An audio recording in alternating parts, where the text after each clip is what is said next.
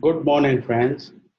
Sorry for the delay. It's time for the 9th of July trade plan. Now, for today, yesterday we had a sharp downside. Today, the SGX seems to be opening like 40 odd points higher, but Asia is not really doing as well as the US did. So, the theme remains that markets are kind of losing momentum globally, and it's just the US that remains strong.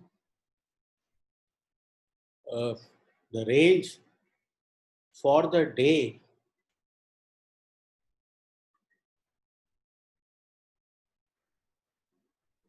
on the support side, we have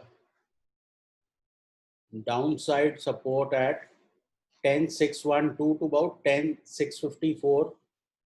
You have resistance at 10,738 to about 10,780 on the Nifty.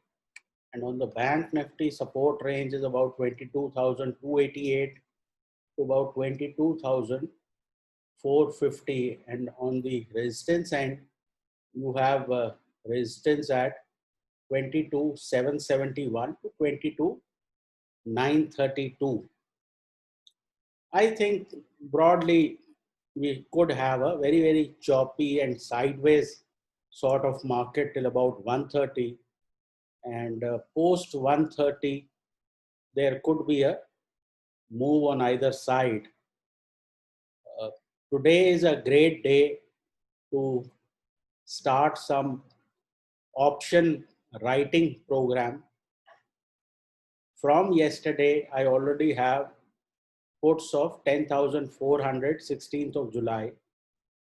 So what can be done is you can write a strangle where you are selling the 10,800 and 10,900 calls, hedging them with 11,000 and 11,100 calls. Do not write options without hedging. And on the downside, you could write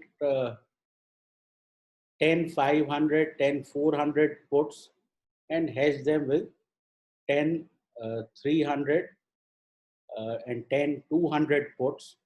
Hedging means that you sell the higher order call and puts and buy the lower order call and puts.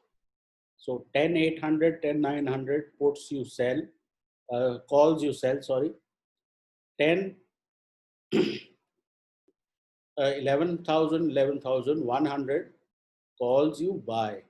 Similarly, on the downside, you have a put spread where you sell 10,500, 10,300 puts and hedge them with 10,300, 10,200 calls. Overall, for the foreseeable week, I think this sort of range should suffice. And what we are looking at is if we get 200, 250 points on the writing of calls and puts, you are then okay from all the way up to 10, from 10,200 to 10,000 to 11,000. I think that kind of range should be okay for next 1 week.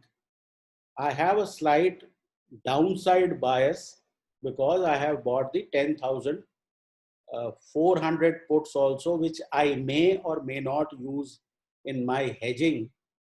So this remains the broad contours. So the idea is the market is basically going to do nothing, and that way selling options on both sides remains a viable strategy.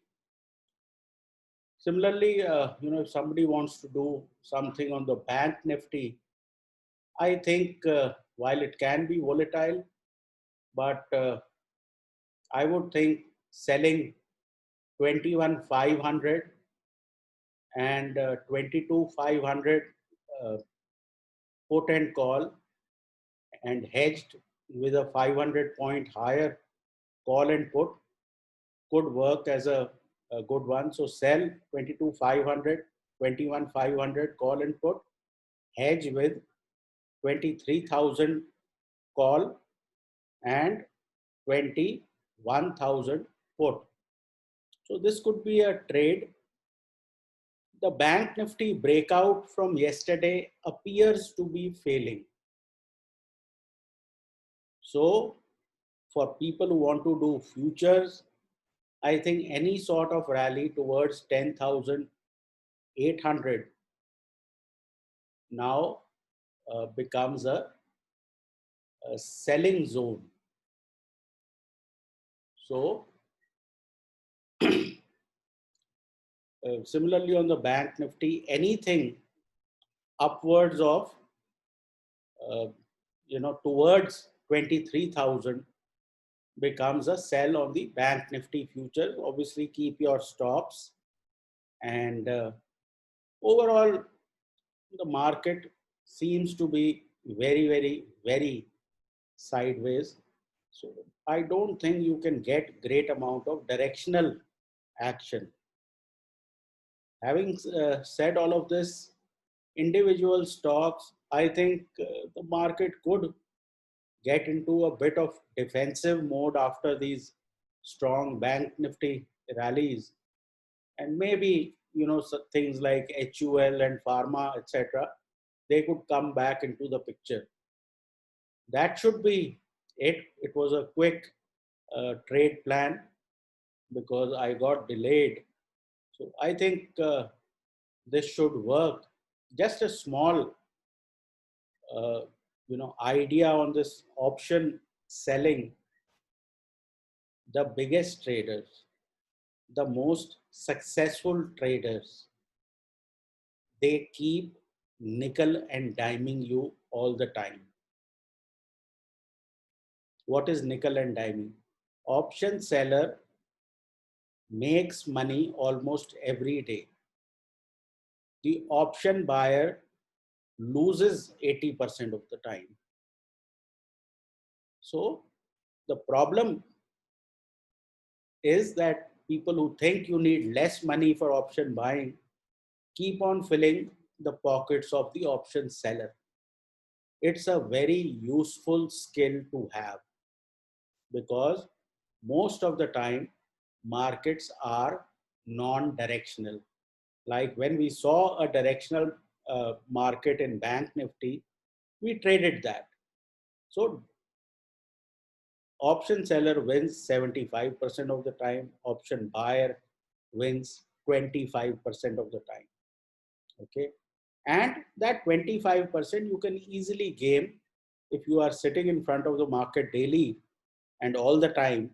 I think you can identify certain patterns and things where the option buyer needs to step in. But option buying should not be done all the time, and it should be done on corners. Similarly, futures buy or sell cannot be random. It has to be done at certain spots.